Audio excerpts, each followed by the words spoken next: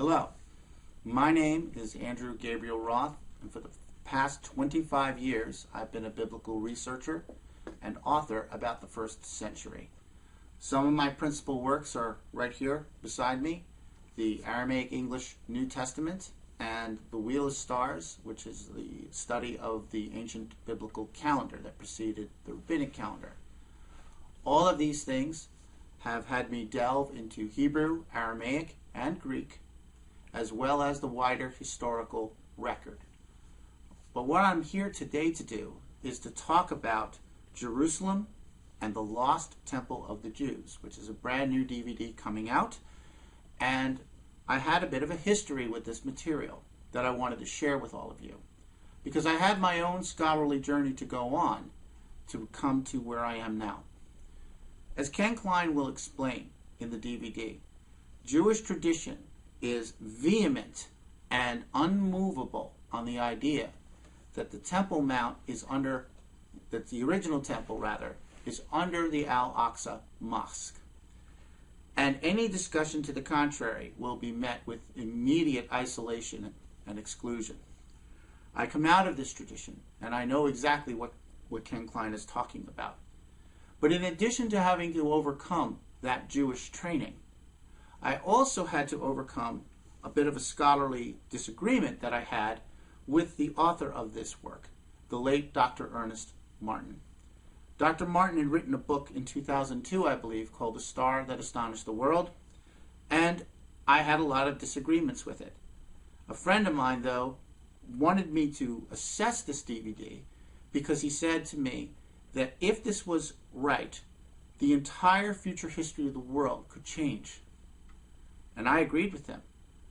But I said, well, I'm not sure. So I had to overcome my own predispositions, as well as my Jewish tradition, to try to understand this great mystery. Where was the lost temple of the Jews?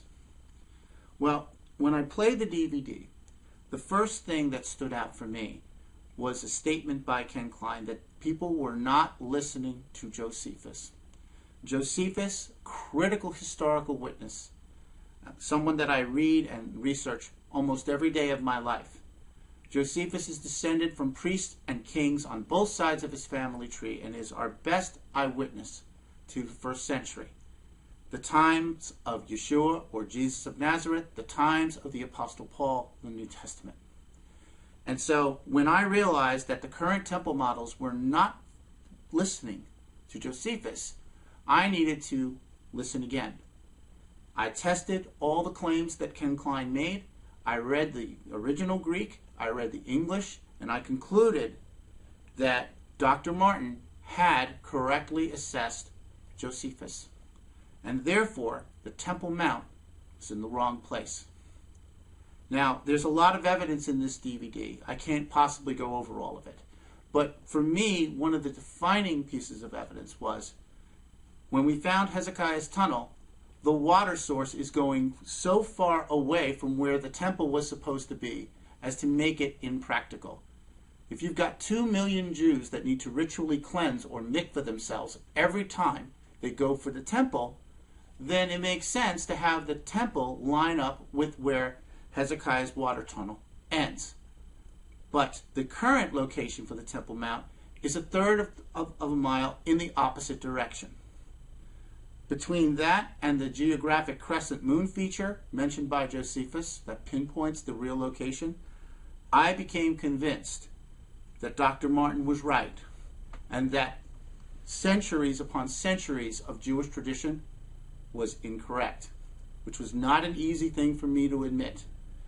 But even now, the real ramifications have not really been discussed, either by Ken Klein, which I think is to his credit because he wants to keep restrained, or by my friend who brought me the material in the first place.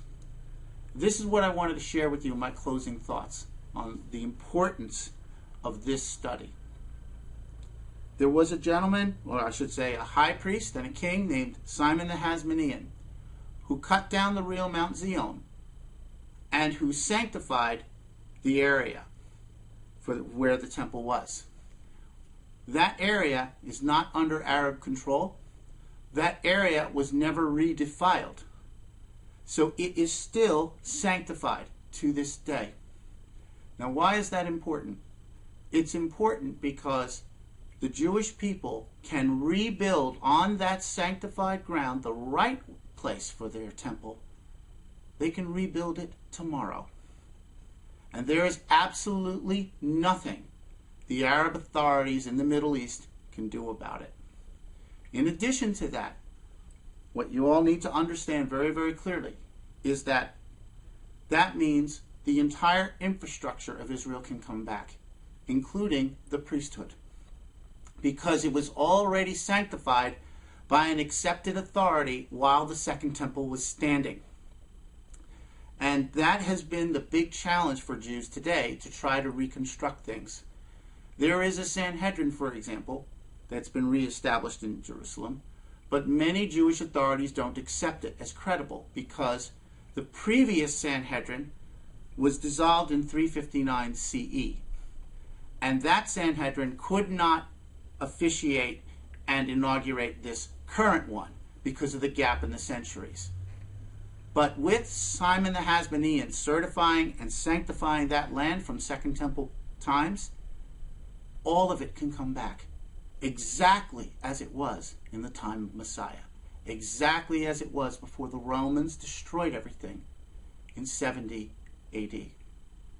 This is an amazing study, and it leads to perhaps the most important question for our times. If our God has preserved his word, why wouldn't he preserve his land? Why wouldn't he preserve and allow for the temple to be rebuilt? Because when that happens, it will usher in the return of Yeshua, or Jesus, the Messiah. And that is something worth waiting for. So that's what I wanted to share with all of you. Thank you for your very kind attention. I'm Andrew Gabriel Roth. Shalom.